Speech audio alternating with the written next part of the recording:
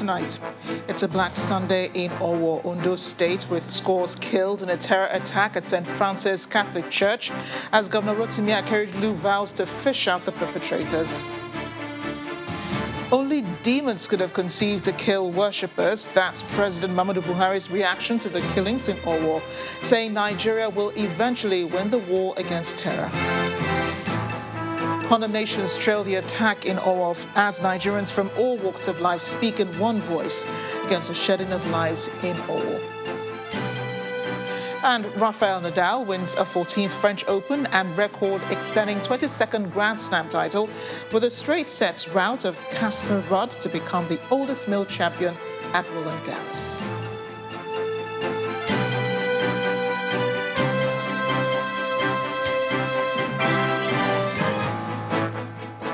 It was a Black Sunday in Owo, Ondo State earlier today. Gunmen suspected to be terrorists killed many people in the Catholic Church. Several other persons who were injured in the attack are currently receiving treatment in hospitals across the state. According to eyewitnesses, the attack occurred towards the tail end of the service, which also coincides with the church's youth harvest. Sunday, 5th of June 2022. Christian faithful gathered at St. Francis Catholic Church in Owo Town, Ondo State, Southwest Nigeria, for their annual Youth Harvest event. The service was at its peak when an unexpected disruption turned the day into chaos and mourning for the worshippers.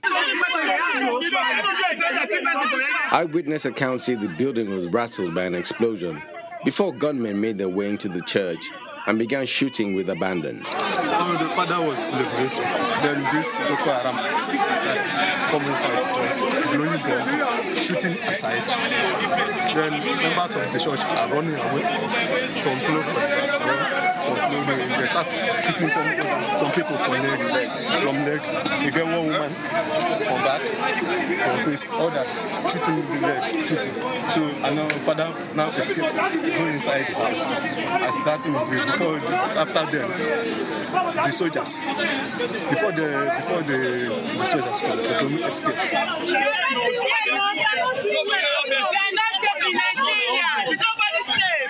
The attackers flee the scene, leaving their mark. Men, women, and children killed. Word of the attack spreads, and nearby churches promptly shut their doors. I was in my church at Revelation Parish.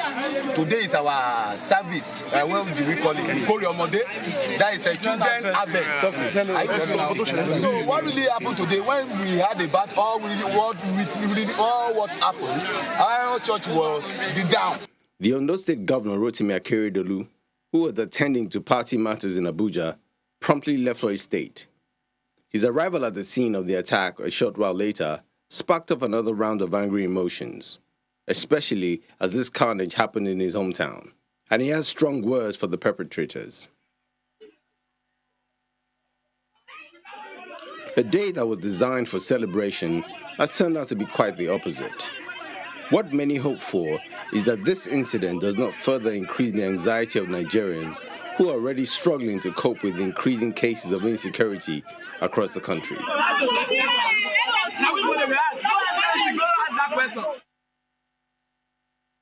President Muhammadu Buhari has condemned the heinous killing of the worshippers at St. Francis Catholic Church in Owo.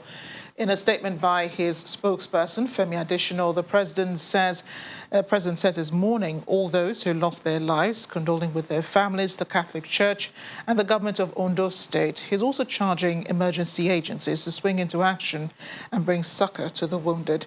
The statement reads in part, "No matter what, this country shall never give in to evil and wicked people. And darkness will never overcome light. Nigeria will eventually win." The president says only fiends from neither region could have conceived and carried out such dastardly act, adding that eternal sorrow awaits them both on earth here and ultimately in the life hereafter. And it's not just the president who is enraged by the attack in the church in Owo. The vice president, Professor Yemi Osinbajo, also, and some highly placed Nigerians cutting across party lines have expressed their disgust over the senseless killing, and the central theme of their messages have been the same, that the perpetrators must be brought to book. Our next report takes a look at some of the reactions that have trailed the attack.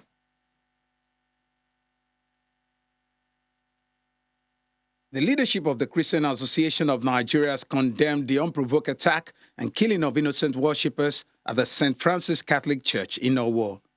The association is calling on security agencies to apprehend perpetrators of the dastardly criminality. Meanwhile, the youth wing has also reacted, condemning the attack. All the Christian youth in Nigeria and all over the world to observe 3 days mourning for our beloved people, brethren that were killed today, and many of them that are injured. We call for 3 days national mourning. Vice President Professor Yemi Osinbajo says he is saddened by the senseless massacre of innocent people in Owo. The statement sent in a tweet by the Vice President reads, "My deepest condolences go to the families whose hearts are broken and are grasping for answers. We are united in grief and a resolve to defeat cowards who unleash terror on defenseless people." End of quote. On his part, the Speaker of the House of Representatives, Femi Gbajabiamila, is demanding immediate action from government against Sunday's attack on the church. The Speaker, who condemns the act, described those behind the attack as enemies of the state who must be fished out and dealt with accordingly. In its reaction, the People's Democratic Party condemned the terrorist attack on worshippers during the church service. The opposition party said in a statement that it is alarmed by the reports of how the terrorists invaded the church, opened fire on worshippers, freely used explosives within the premises, murdered many people in cold blood, and left unchallenged. Former Vice President and candidate of the People's Democratic Party has condoled with the families of the victims and the body of Catholic faithful in Nigeria. He urges state government and relevant security agencies to leave no stone unturned in apprehending the criminals and bringing them to justice. APC presidential aspirant and former governor of Lagos State, Bola Tinubu, said the attack on worshippers in St. Francis Catholic Church in Owo is highly reprehensible. The presidential hopeful stated that the violent attack on Sunday morning shocked the conscience of the nation and shattered the peace of the ancient town of Owo. The Pan-Yoruba Socio-Political Organization, Afenifere, condemned the attack on the church, accusing the federal government of monopolizing the nation's security architecture. In his reaction, the Lagos State Governor Babajide Sanwo-Olu has commiserated with his counterpart Rotimi Akeredolu and the state government over the attack and killing of worshippers in Ondo State. Governor Sanwo-Olu described the attack as callous, inhuman, and despicable act, also sympathized with the people of Ondo State, especially the residents of Owo. The governor of Ekiti State and presidential aspirant of the All Progressives Congress APC, Dr. Kayode Fayemi, has condemned the attack.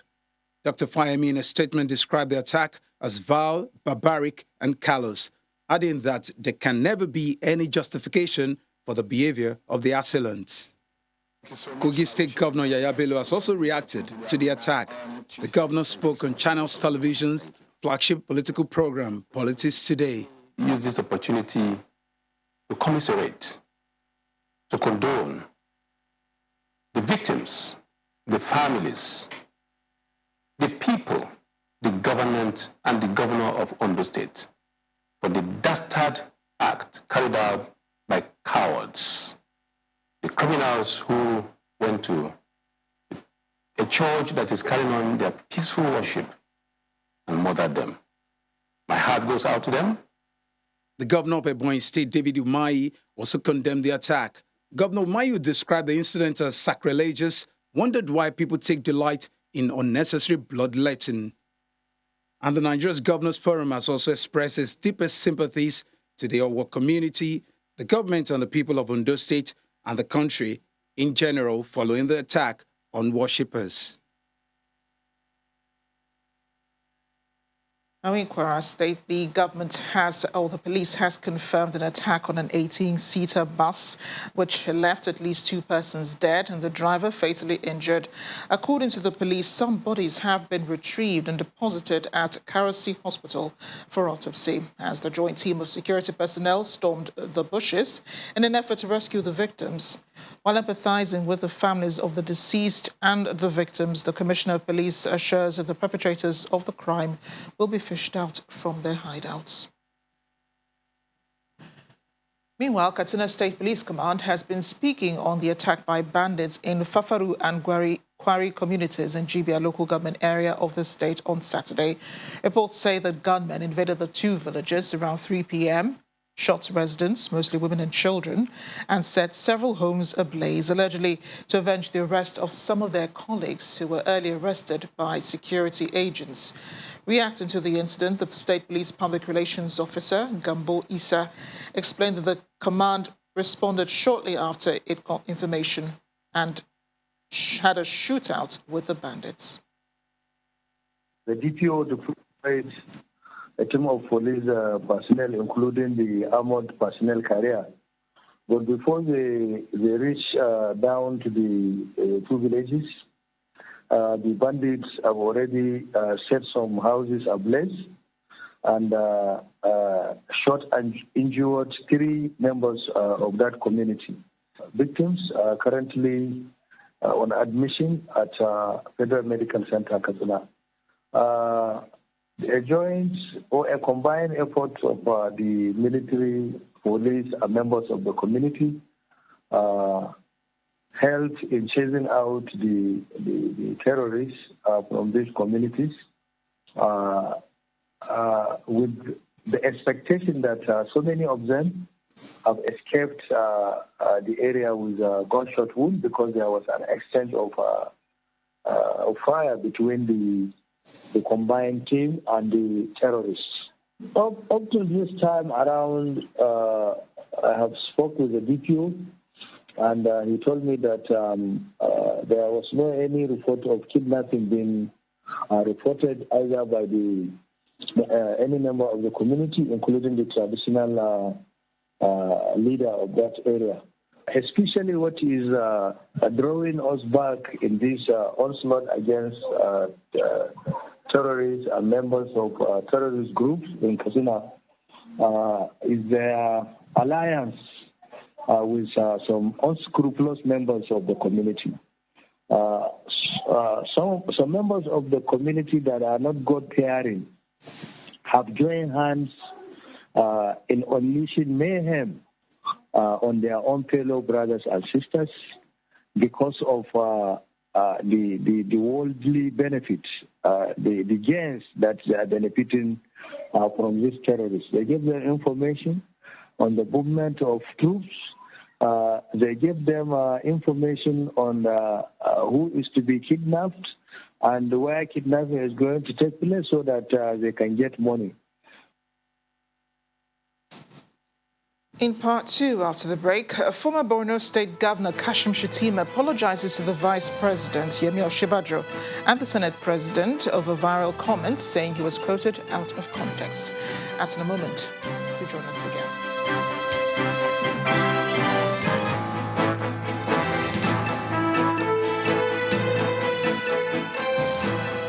Welcome back. If it has joined us, you're watching the news at 10 live on Channels Television Lagos. A reminder of our top stories. It's a Black Sunday in Owo, Ondo State, as scores of people are killed in a terror attack at St. Francis Catholic Church. Governor Rotimi Akeredolu vows to fish out the perpetrators. Only demons could have conceived to kill worshippers. That's President Muhammadu Buhari's reaction to the killings in Owo, saying Nigeria will eventually win the war against terror. Condemnations trail the attack in Owo as Nigerians from all walks of life speak in one voice against the shedding of lives in the town. And Rafael Nadal wins 14th French Open and record extending 22nd Grand Slam title with a straight sets rout of Casper Ruud to become the oldest male champion at Roland Garros.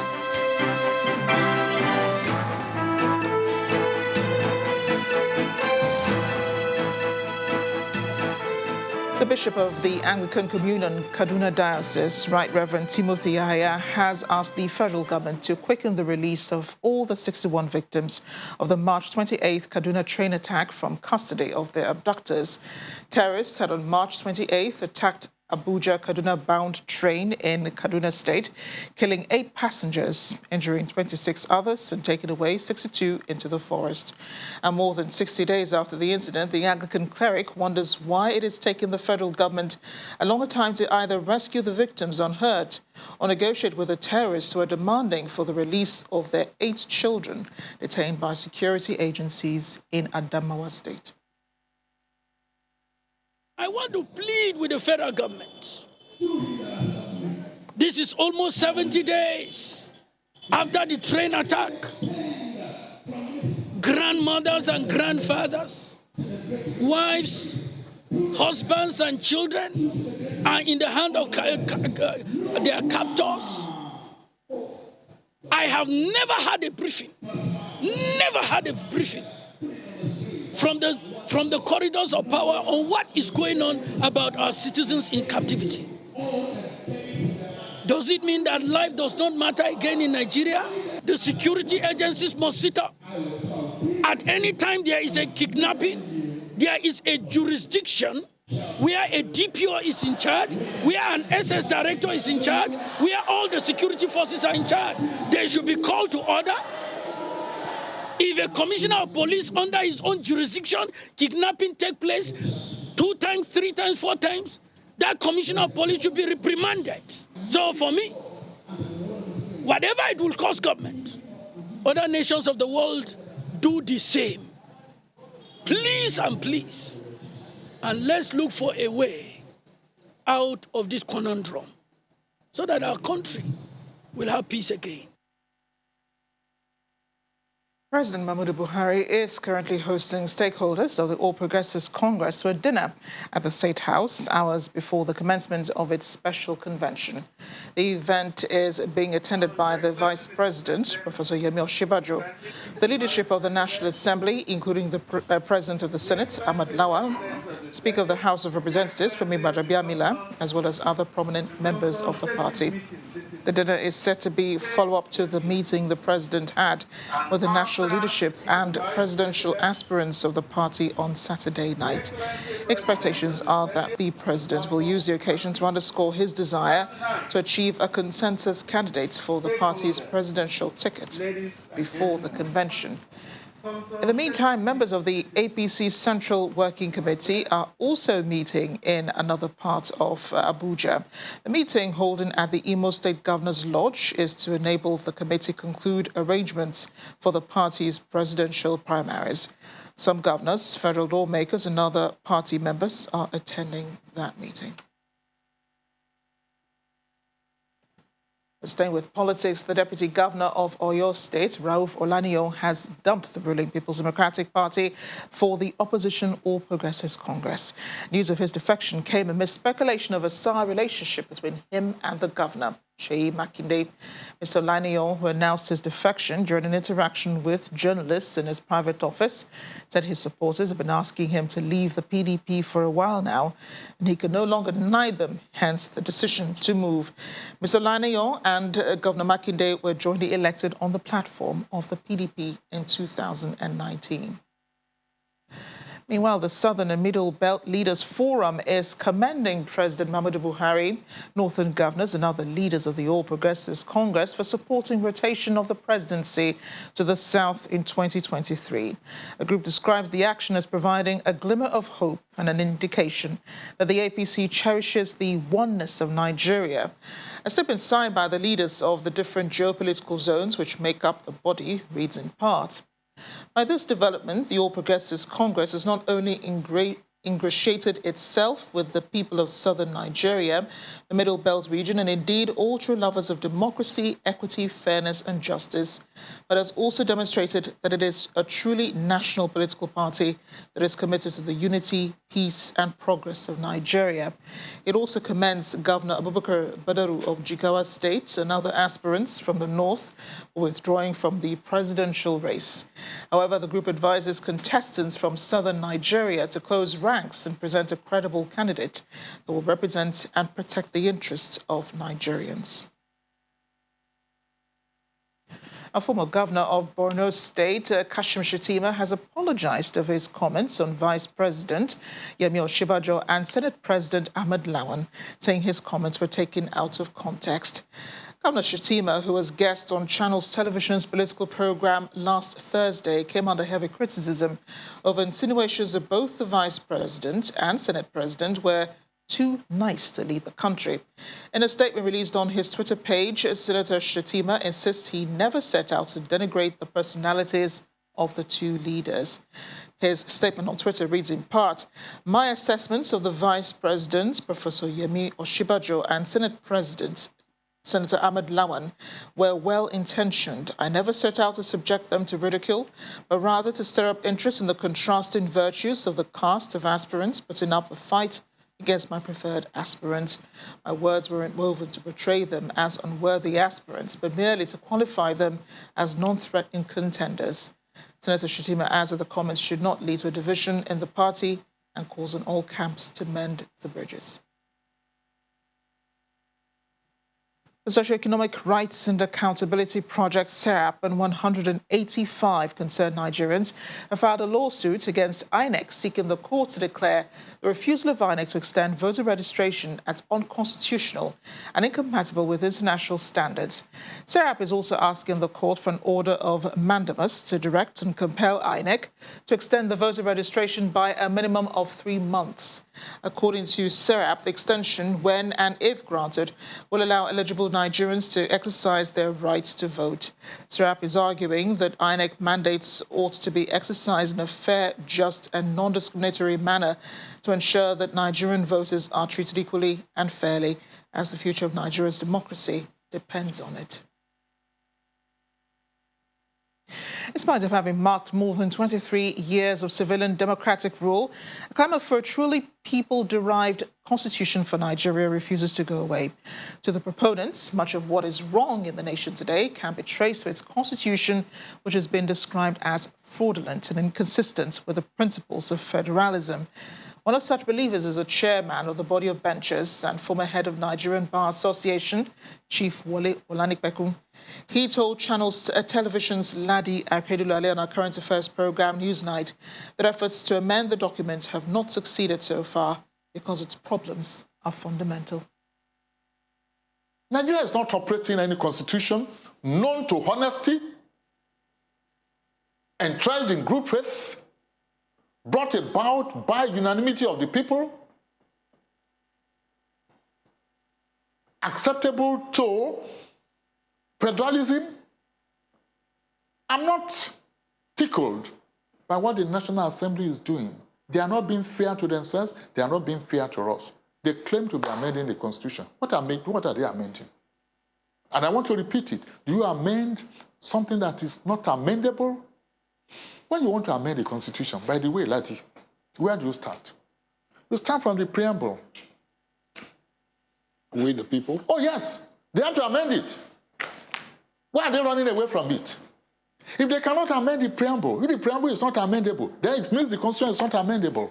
Come on. They have to start from it. Do you start reading your letter from the back page? Do you? No. No, they have to start from the preamble. That means the preamble is fake. We the people, who are the we? When did we meet? And why can't we do it? I've studied the constitutions of the world.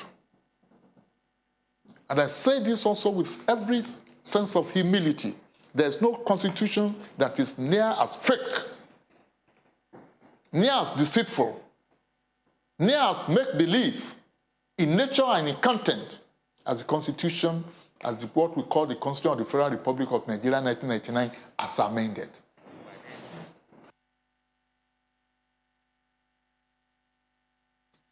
You can watch the full interview with Chief Olanipekun on Newsnight. It airs tomorrow, Monday, June 6th, 2022, at 9 p.m. right here on Channels Television.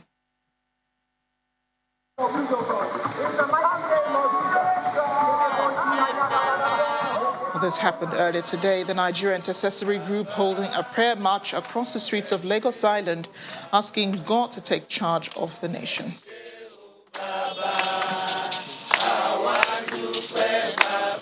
The environment is beautiful. The country is resourceful. We understand it happened early in the week. The group also gathered around the Independence Cenotaph at the Tafawa Balewa Square in Lagos, where the Union Jack was lowered in 1960, and the green-white-green flag was raised to pray for a new beginning for the nation. After the walk, the senior pastor of Trinity House, Itwa Igodalo, said it's time to pray and also act, asking Nigerians to get involved in the political process.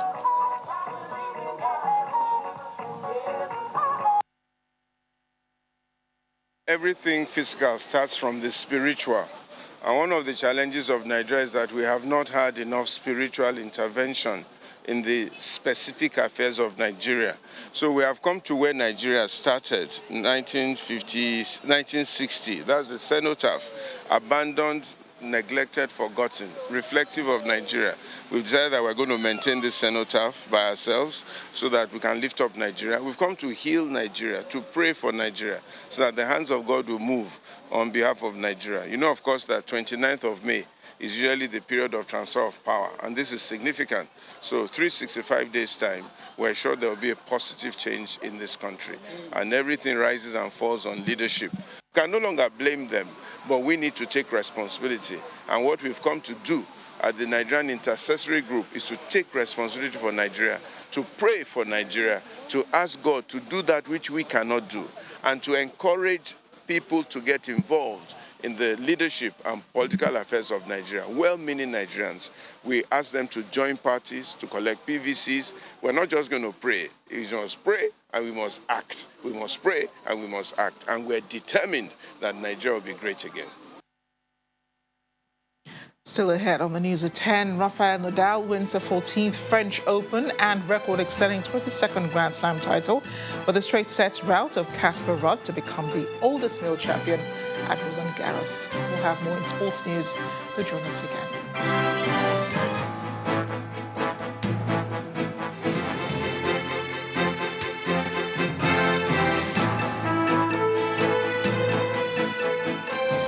Welcome back. In the past 1 year, the National Assembly has passed some landmark bills which have been left hanging for quite a while.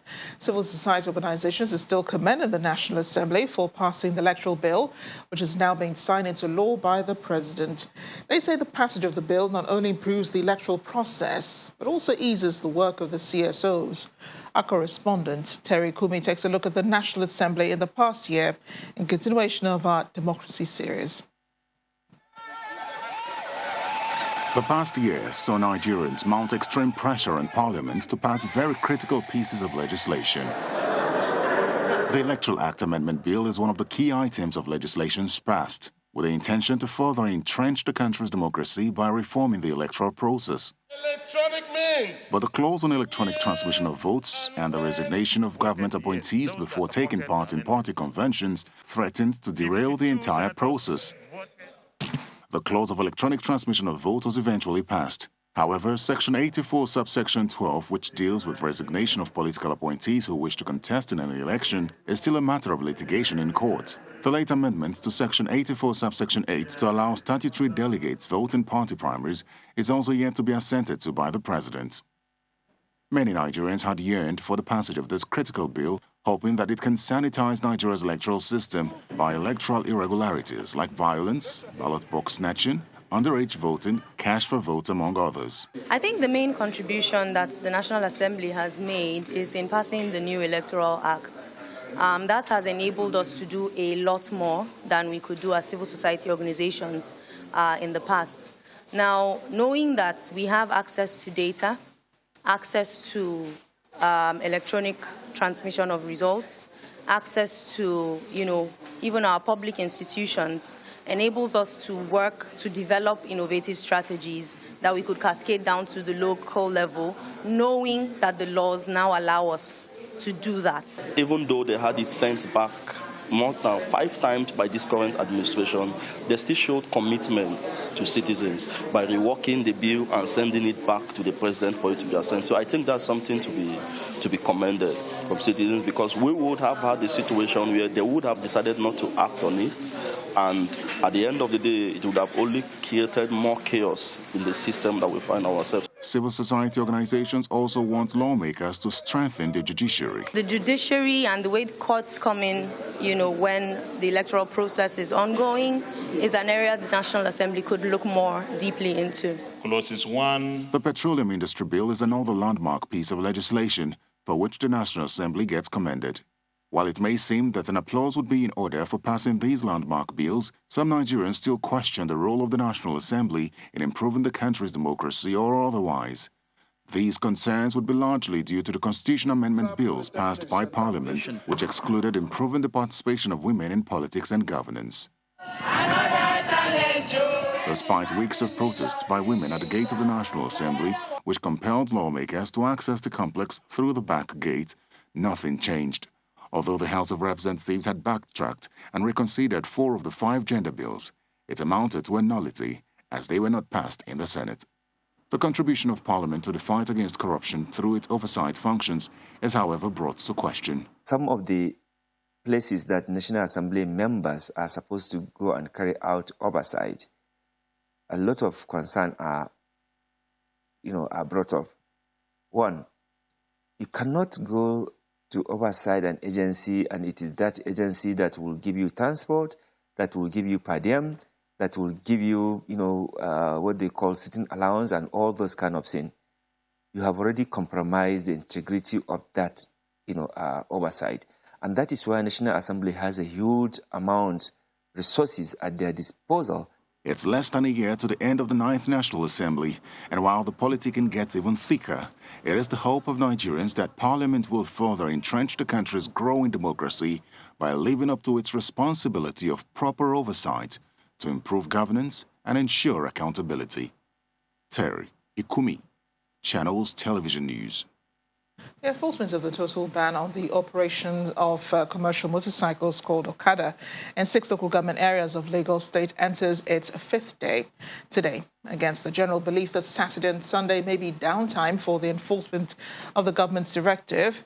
Channels Television monitored the level of compliance in Ikeja and its environs. It's Sunday evening in Ikeja, one of the local government areas where commercial motorcycle riders, also known as Okada riders, are totally banned from operating. Even with the absence of law enforcement agents, the roads are free of Okada riders. None is noticed on major roads like Obafemi Awolowo Way, Okbebi, and Allen, as well as inner roads leading to streets. Most commuters, who before now depend on Okada riders, are faced with the only option of walking from major bus stops to their homes. The clampdown on defaulters of the state government's directive, which began on June 1st, appears to have put a check on those who would dare to come out on a weekend. The central part of Ikeja, the level of compliance to the ban cannot be said to be 100% in Ogba. A few Okada riders are noticed, especially at junctions leading to inner streets. On sighting our camera, these riders had to leave where they have been waiting for passengers.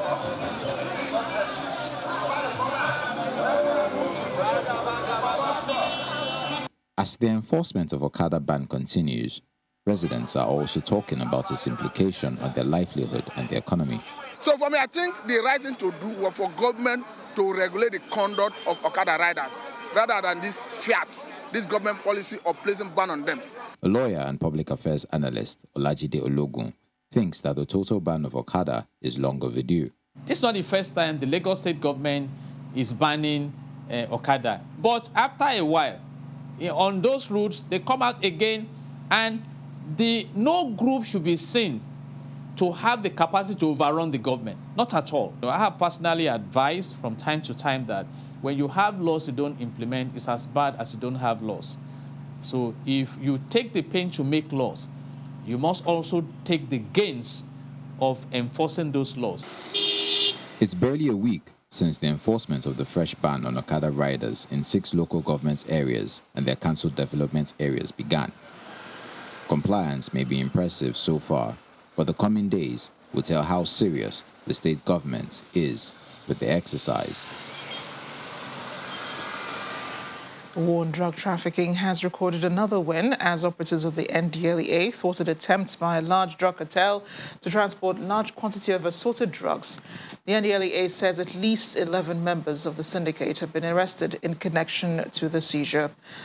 The first arrest was made at the cargo wing of the airport, where 200 blocks of cannabis sativa weighing 30.20 kilograms concealed in 40 sacks of bitter leaf were intercepted. In the same vein, on the same day, 10 cartons of cat with a gross weight of 354.600 kilograms were also seized at the NACO import shed of the airport. A follow-up operation in Abuja led to the arrest of a taxi driver sent to collect a consignment in his confession, and to the arrest of the actual owner, Adesoya Olakunle Isaac, at his house in the Life Camp area of Abuja. Meanwhile, no fewer than 335,820 tablets of tramadol, Exol 5, diazepam and Rofinol, and 400 bottles of codeine syrup concealed in bags of vegetables have been intercepted in Abuja in a passenger bus coming from Enugu. Coca-Cola Nigeria and its bottling partner, Nigerian Bottling Company, has handed over a multi-million-dollar biomedical equipment to the University of Port Harcourt Teaching Hospital in Rivers State. The medical equipment was unveiled during the launch of Coca-Cola's Safe Birth Initiative at UPTH on Friday. The equipment, which include heart and lungs machines, amongst others, are part of the company's strategic intervention in Nigeria's healthcare system aimed at mitigating neonatal and maternal mortality. First launched in 2018, the Coca-Cola Safe Birth Initiative seeks to deliver both equipment and human capacity building to health institutions across Nigeria, with the hope of bridging the gap in the availability of state-of-the-art medical equipment and skilled manpower. The intervention has so far been launched in 5 major hospitals across the country, with over 56,000 families benefiting from it.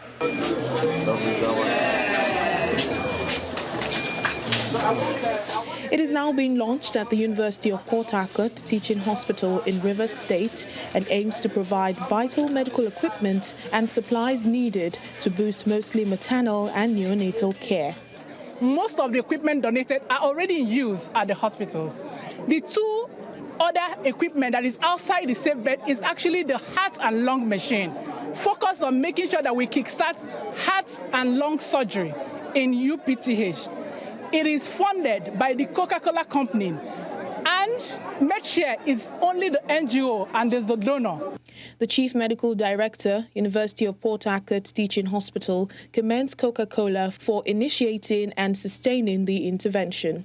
We in the University of Port Harcourt Teaching Hospital were really glad. It has moved us to the next level, because this is a case most of the patients die because you can't afford the expense associated with this.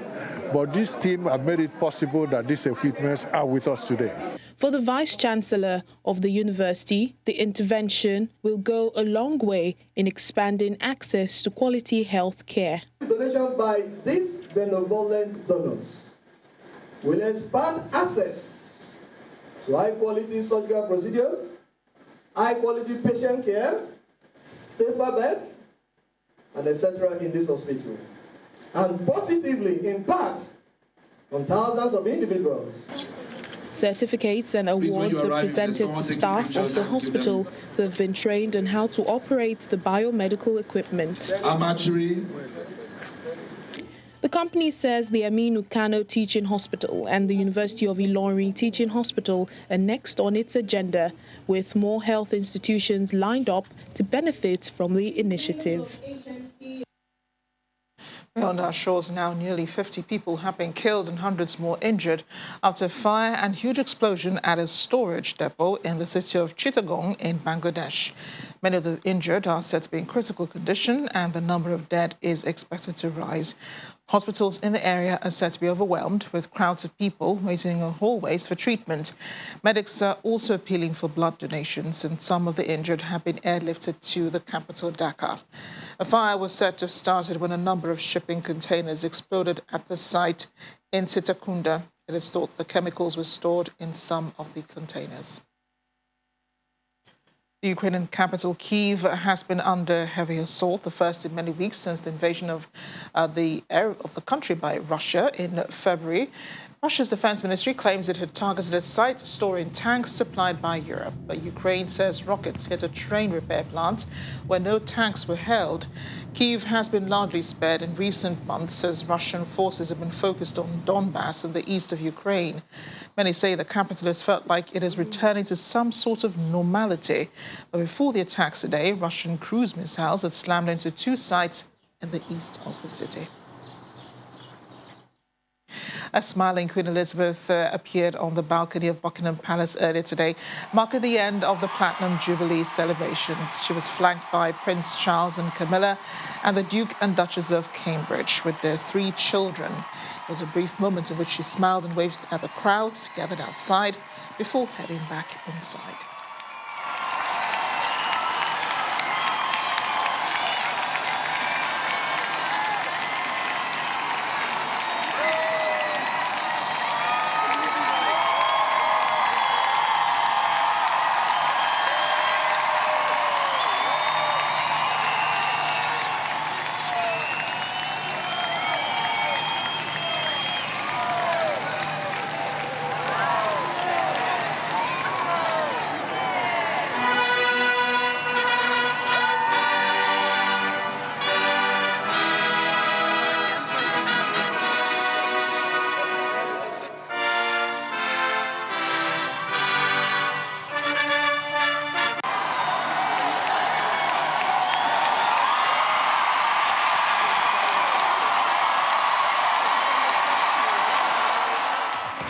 Natural Prime Resources Limited, maker of Soclin, says it's delighted to embark on a new adventure with French club Paris Saint-Germain as both enter into a 3-year regional partnership. The exclusive regional partnership, which runs until 2025, covers countries like Nigeria, Cote d'Ivoire, Ghana, Senegal and Mali.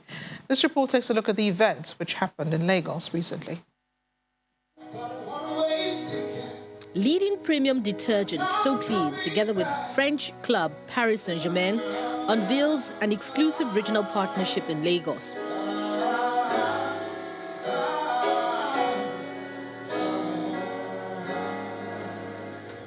It is an event to announce a 3-year partnership between Natural Prime Resources Limited, makers of So Clean detergent, and Paris Saint-Germain. Ladies and gentlemen, this is a consolidated power moment. Former Super Eagles captain J.J. Okocha is on hand to represent his former club Paris Saint-Germain as they collaborate with the So Clean brand.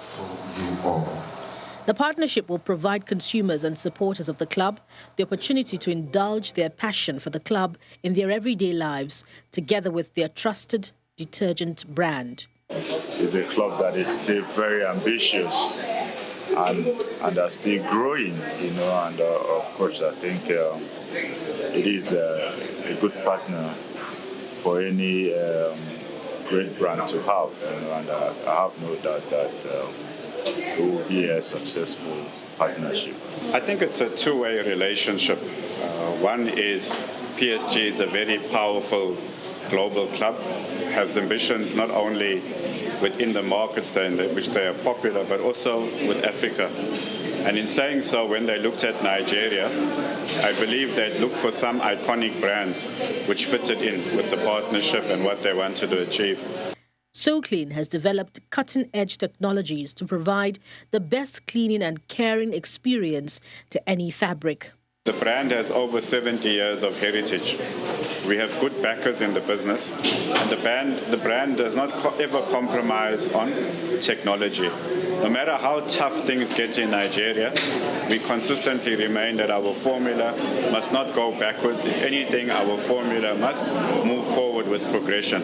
So we'll remain uncompromising in, uncompromising power, uncompromising clean, and at the same time, cleaning and caring for the clothing fabric. The partnership is expected to forge bonding and boost engagement with consumers for both the So Clean and Paris Saint-Germain brands. Basketball enthusiasts have been reacting to the decision by the Federation of International Basketball Association to replace Nigeria with Mali for the 2022 Women's World Cup. The replacement followed the announcement by the federal government banning Nigeria from participating in international competitions for 2 years last month. It is expected that the stakeholders will use this opportunity to get together, put the interest of the game ahead of every other interest, put the interest and the career of the athletes, the basketball players ahead, and come to an equilibrium where they will reach a compromise. This government is not averse to reviewing that position. The Minister of Youth and Sports Development gives conditions for the government to reverse its decision to withdraw Nigeria from the international competitions for 2 years. This comes after a prolonged leadership tussle that rocked the Nigeria Basketball Federation. After deliberations to have the government rescind its decision, the Federation of International Basketball Association wields the big stick, and the senior women's national team, the Tigress, becomes the first casualty. The global body replaced the African champions with Mali at the upcoming Women's World Cup, and this has generated reactions. It's going to be very tough for a lot of athletes, especially for me, because I have a lot of things I want to see. I want to see them become. I have some that I'm in touch with. They want Nigerian players to get to the top, but this looks like it's bringing everything down. It's not helping us move forward. It's a very bad one for us, that the younger athletes. It didn't worry me because already I know it's going to happen. Since the federal government has withdrawn the national team from international, you don't expect them to just sit back and be pampering you and telling you you've done a great job. No. You're trying to bring the game or them into disruption, like in terms of not, I don't know how to put it, but trust me, we should expect more. Those foreign players, it's from there they evaluate them. Some people that will play in the club, some people that will play in America, because without that, the outing, then nobody will know who is who to play basketball in America. FIBA adds that it will announce further disciplinary measures, fueling speculations of a possible ban on Nigeria. Victoria Sobochi this evening beat league leaders 1-0 in a match day 32 of the Nigeria Professional Football League to hand the Port Harcourt-based team their 5th defeat of the season and cut their lead at the top to 7 points. Ecos' rival Plateau United beat Kano Pillars by a lone goal. Jesse Akila in the 38th minute to hand the Jos-based team a vital home win. Heartland of Owerri beat Akwa United also by a lone goal. Abia Warriors beat visiting Rangers 2-0. Niger Tornadoes and Kwara United all recorded home victories. Lobi Stars forced MFM FC to a goalless draw in Lagos. Remo Stars defeated Gombe United by a lone goal.